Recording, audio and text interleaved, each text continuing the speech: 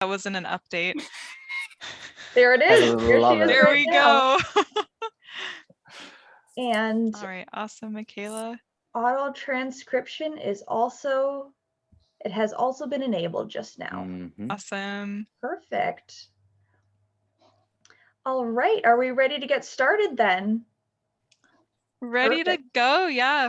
And yeah, you're good to share the screen and then we're all set. Oh yeah, you're the host. You have that ability. You got the power. You have the power. Oh my goodness.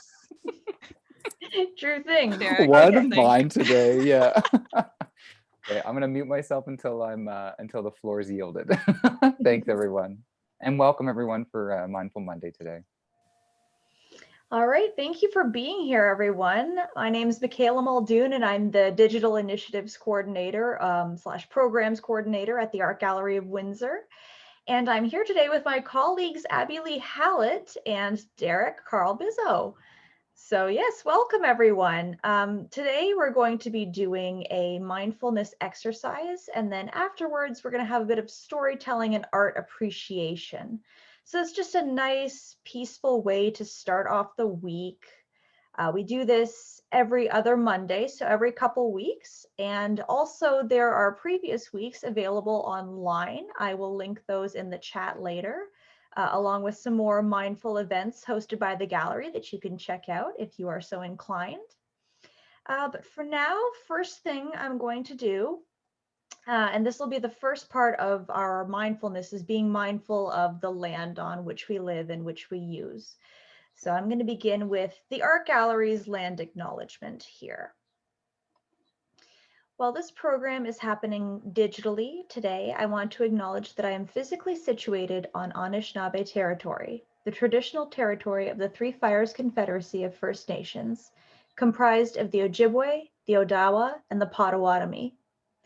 Today, the Anishinaabe of the Three Fires Confederacy are represented by Walpole Island First Nation. We want to state our respect of the historical and ongoing authority of Walpole Island First Nation over its territory. And let's be mindful of that, not just now as we read the acknowledgement, but going forward with our lives. And with that, I am going to turn it over to Derek for the mindfulness exercise of the day. Thank you, Derek. Thank you so much, Michaela. So I am now unmuted and we're good to go. So yes, welcome everyone. I'm going to start our mindful practice or build onto our mindful practice as Michaela has started us off really well with bringing our attention to the land. And now I'd like to bring our attention to our bodies and to our breathing. We're going to start by finding a comfortable seat, whatever that means for you. You can be sitting on a couch, on a chair, on the floor. You could be laying in bed, wherever you find yourself right now. I'd like for you to try to get comfortable. You can have your legs crossed or your feet can be on the floor. We're going to bring our attention to the present moment by noticing each and every breath, every inhale, every exhale. And we'll spend some time finding first just a comfortable rhythm of breathing. You might follow our little breathing bubble. You might find your rhythm on your own.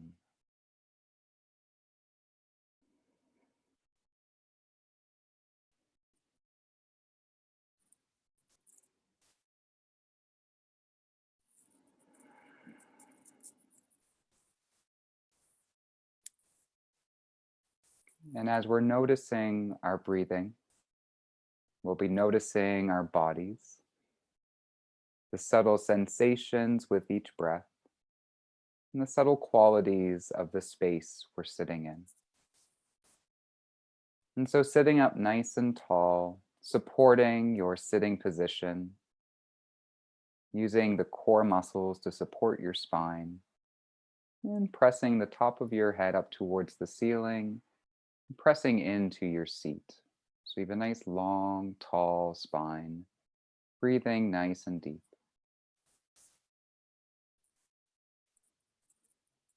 You're welcome to let your eyes close, or you can just let your eyes be soft And just focusing on our breathing for the next few minutes. Slowly inhaling and exhaling.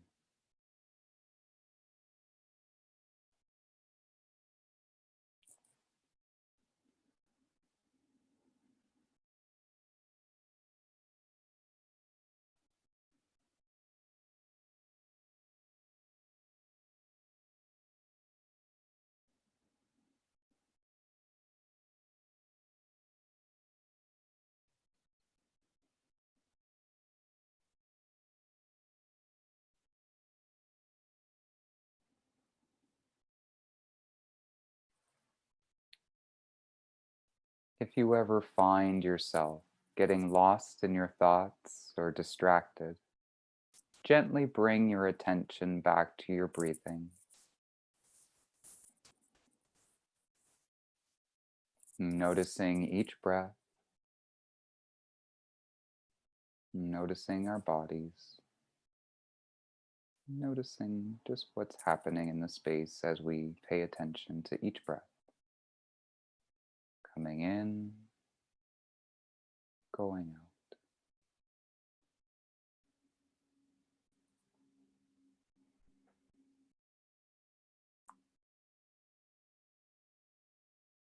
out. As we continue to inhale and exhale slowly, I welcome you to relax the muscles in your face,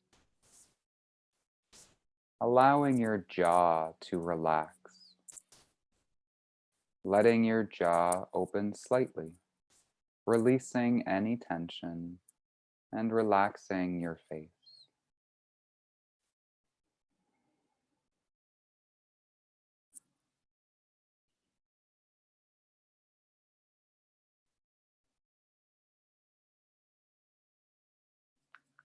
Relaxing the muscles of your scalp and your neck, letting your head slightly tilt forward, tucking your chin, perhaps making that little bit of sound as you breathe in and breathe out. Almost like the sound of the ocean waves, or as the air gets trapped in those little shells, that little bit of the sound of the air moving in and out.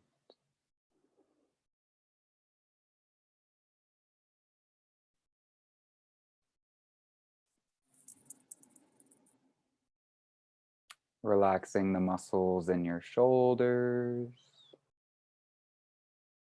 and allowing relaxation to move down your torso and your chest, down your arms, your hands, your fingers, all relaxing.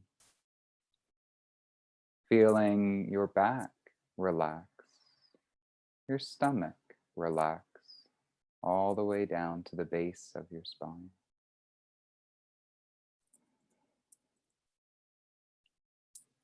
And allowing relaxation to spread down to your thighs and your knees, your lower legs and your feet, all the way to the tips of your toes, letting your body relax.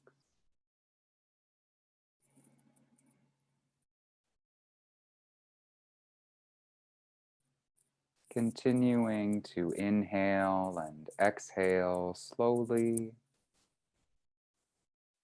I welcome you to scan your body from the top of your head to the tips of your toes, allowing your entire body to relax. As you do so, if you notice there's feeling in any part of your body of tension, not feeling relaxed, continue to take deep breaths and send the breath to that area. Imagine warmth and relaxation soothing it. You can always bring your hand to this part of the body and allow your hand to rest there, drawing more attention, more focus to helping relax away the tension. As you exhale, notice the tension leaving your body. Noticing more relaxation.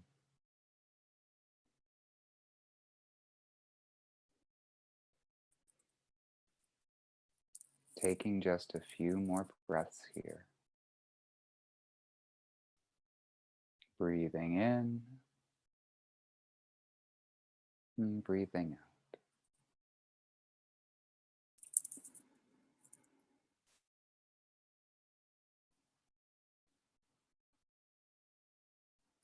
And before we get so relaxed we doze off,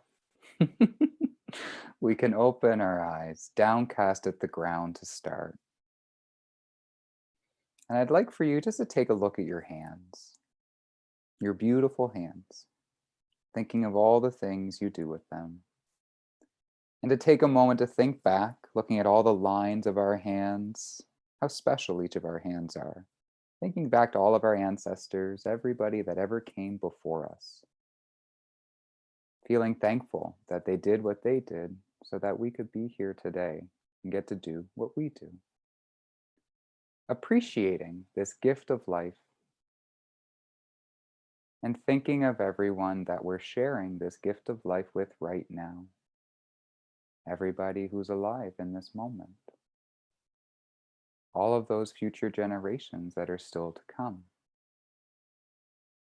And doing this, let's think about our shared responsibility to make sure that this earth is a good home for them and for everyone still to come forever and ever. That there's clean water, good healthy soil, and fresh air that we can all live to survive and thrive. Taking your hands, let's bring them to our hearts. Take a moment to be thankful that we did this here today and we shared in this today. And we can carry those good feelings all around and wrap our arms around and give a little squeeze. Give ourselves a little hug. And then let our arms come back down. Hopefully feel a little bit warmed up and heart full and heart open. And thank you for sharing that with me. And I hope that you can carry this feeling through the rest of your day too and share it with others. And with all that being said, I'd now like to yield the floor to my colleague to give us some storytelling and mindful viewing. Ooh, thank you so much, Derek, for that. I'm feeling nice and relaxed myself. I hope that everyone is as well.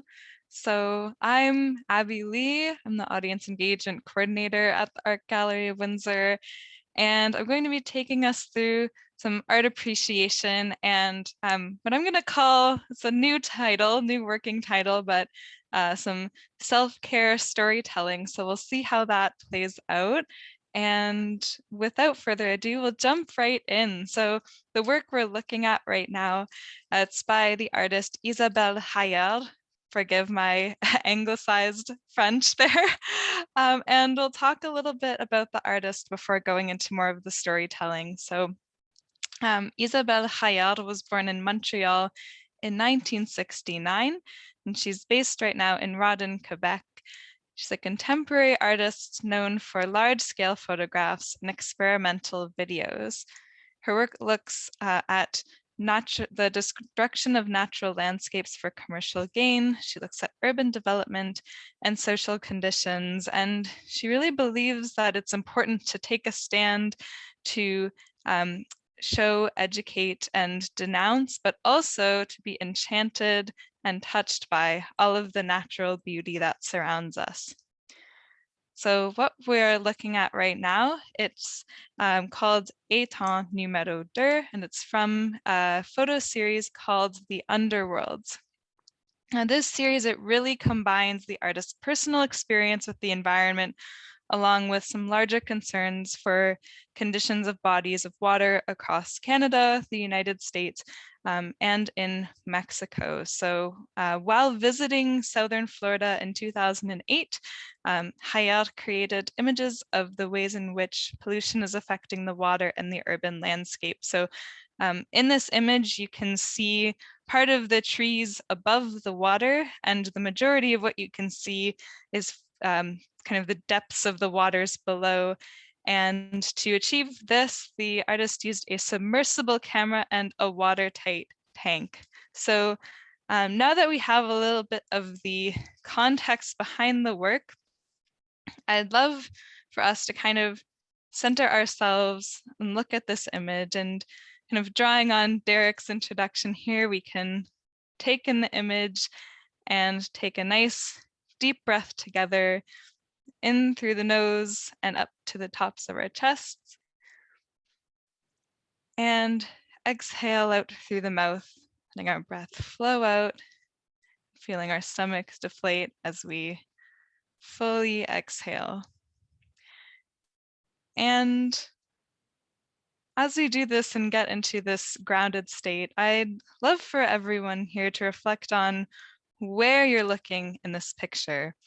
Do your eyes naturally travel to the brightness, the trees up above, or do they travel more to the depths below, which is taking up the majority of what we can see?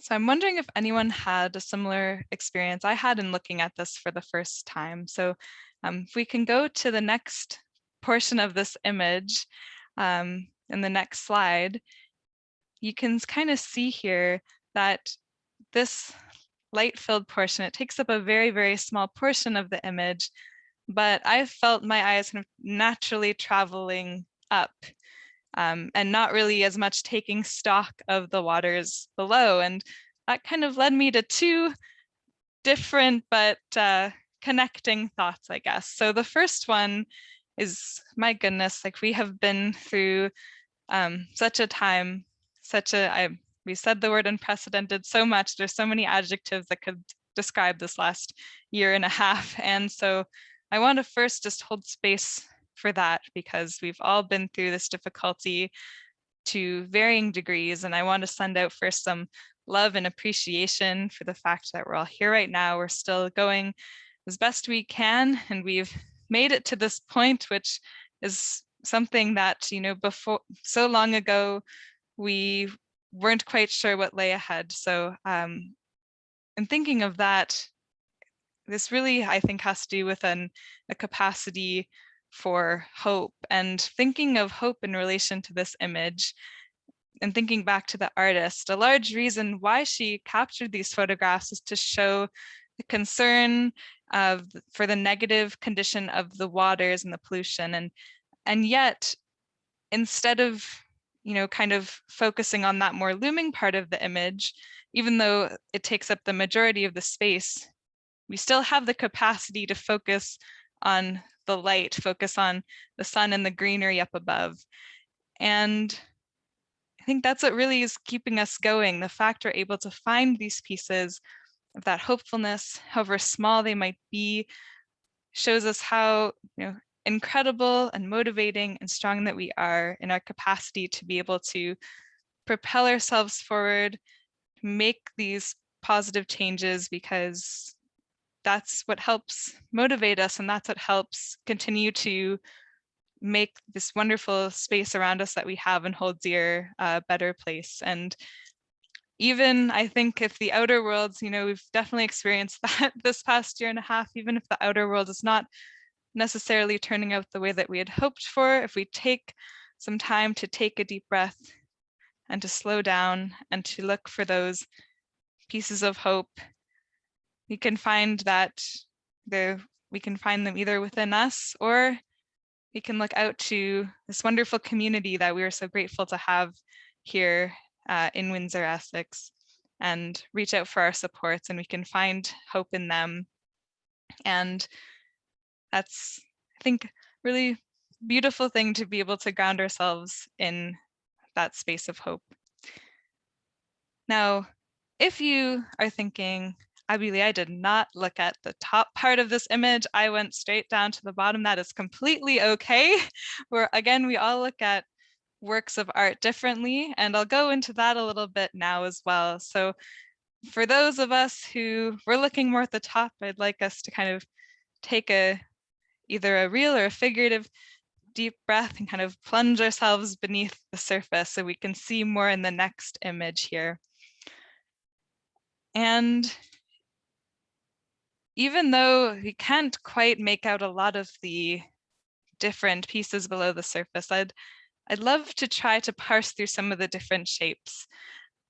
And, you know, it can be terrifying to kind of try to look into something that is more dark, something that is more unknown. You can see everything kind of looks gnarled and twisted and a bit hard to see. And again, that's not always feelings that we're comfortable with, but I invite us to just take a moment and just sort of sit with those feelings, sit with maybe a little bit of discomfort, and sit with kind of the uncertainty of what's there. And if we go to the next image, you can see even a little bit further down in these waters. And when we sort of sit with those feelings, we're able to start to ask questions. Oh, well, what do I see over in this corner? Oh, what's kind of that light shimmering down in the top left corner here? And bringing in that piece of sort of curiosity of the unknown, it can help us gain a bit of connection to what we're looking at here. We're able to see like, oh, the way that the light hits this water, it's actually kind of beautiful. It's quite ghostly. The shapes are kind of like transient looking. You're able to pick out some like ghostly specters that are kind of hanging under the surface, and they can really look quite beautiful. Of course, in saying this, we have to remember the artist's intent, reminding us that, you know, these waters have been polluted. They're not in the condition that they once were. So in still appreciating the beauty of the waters, I don't want to diminish that at all, but in fact, the opposite, because in looking at this, it can be easy to disconnect if we're not sitting and sort of immersing ourselves in the waters below. It can be easy to say, okay, I'm just going to sort of move on from this. But if we're able to sort of sit with what we're seeing here, we're able to realize like, wow, it's actually really beautiful. This is worth saving, and this is worth supporting. And again, by kind of sitting with that, we're able to have more of that motivation to take action and to learn about, okay, how can we maybe help the world around us, help our waters? Instead of closing off, we start to become curious. Instead of saying it's too much, we're able to think of ways in which we could help protect our waters and our earth. And we're able to also reach out to those supporters in our community, those really wonderful people who will have our backs in taking on things like supporting our earth. And if I may, before we end off, I'd love to bring us back to, and if we can go to the full image, which is on the next slide, see the full sort of image here. I'd love to bring us back to how within ourselves, we tend to look more towards, I'm going to say, the quote unquote positive portions of ourselves. And we tend to find that beauty in ourselves when things are going purely well. But in reality, all of us are worth seeing and worth connecting to, each different part, all of the emotions that make us feel sad, the ones that feel happy, the ones that make us feel angry, everything in between. They're all integral parts of who we are, how we go about the world. And all of those pieces are worth celebrating every single day, because showing up, it takes a tremendous amount of courage. Showing up as, you know, your full self takes courage, moving forward takes courage. And if I can bring in a quote from a beloved show of mine, Brooklyn Nine-Nine, one of the characters in that said a beautiful quote, which I take with me constantly, which is that every time someone steps up and says who they are, the world becomes a better, more interesting place. So as we kind of end off our story portion today, I'd invite us to take one more deep breath all together. And as we exhale out, I invite us to give some light, give some love to all of the different facets of ourselves, because when we sit in them, when we ground ourselves in all of these parts, they're all beautiful. They're all part of the whole of you, which is worthy, complete, and absolutely deserving of connection and hope. And so I hope in this time in our short time together, you're able to take some of that that hopefulness and that feeling of reaching out to our communities, even if we are all at home, being able to take a piece of that with us as we continue forward on our weeks. So thank you for being with us today and coming along this little story journey with me. And with that, I'll pass it back to Michaela to close it out today. All right, thank you everyone for joining us. Thank you, Abby Lee and Derek, for the wonderful mindfulness meditation and for the wonderful mindful storytelling of this beautiful photograph by Hayeur. And yeah, just a little bit more breathing there if you want, but also just want to take the opportunity to say thank you once again for joining us. You can join us every other Monday. We'll quickly link down in the chat there any other AGW events that are coming up. And if you don't mind, we have a little digital programming survey that takes literally just a minute to fill out. If you have just a moment to do that, we'll link that in the chat as well. But yes, thank you everyone, and for your contributions to the chat as well. And thank you, Derek, for adding some insightful bits there as we were looking at the piece.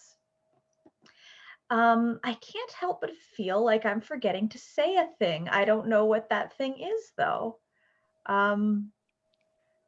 Michaela, I feel like you've covered quite well. I think if anything, just if folks want to come back and join us for the next Mindful Monday, it'll be on June 14th, same time at noon. So you can join us either on Zoom or you can tune in to Facebook Live to spend some time with us on a Monday afternoon. If I may, the one other thing I think to mention is that this Saturday is also Taking Care. And I heard that there's a very, very special guest. And so I'm just going to drop the link in case anyone hasn't yet registered and has time on Saturday to join in. And other than that, I do think you covered everything. Thank you so much. You're welcome. Yeah, I'll just quickly drop the whoopsie daisies, the links into the chat so that people can view the previous Mindful Mondays and the upcoming sessions. And then just our calendar of events page, which isn't actually formatted so much like a calendar, but it's still very easy to understand. And then finally, just our digital programming survey.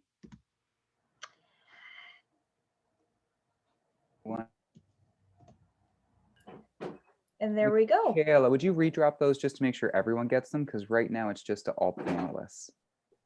Ah, all panelists and attendees. Yeah, My goodness. I just noticed. Yeah, no the problem webinar. at all. I was doing the same thing. Here we go. Now everyone should be able to do that. And then this.